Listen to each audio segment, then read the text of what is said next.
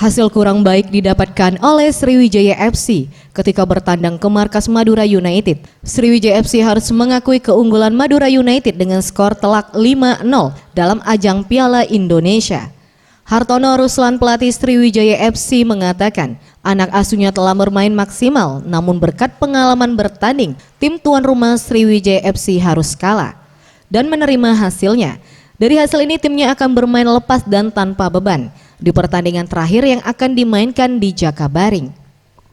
Untuk pemain yang masih bertahan, hanya pemain yang loyal dengan klub yang akan bertahan dan dimainkan di leg kedua.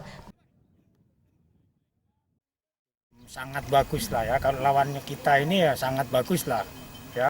Tidak latihan, oh ya harus berangkat, harus main. Kalau dia menjamin menang saya bawa. Gak ada jaminan ya sudah, istirahat dulu. Yang masih loyal aja sama Sriwijaya yang kita bawa. Rencananya leg kedua Sriwijaya FC melawan Madura United akan dimainkan di 21 Februari 2019. Tim Liputan Sriwijaya TV.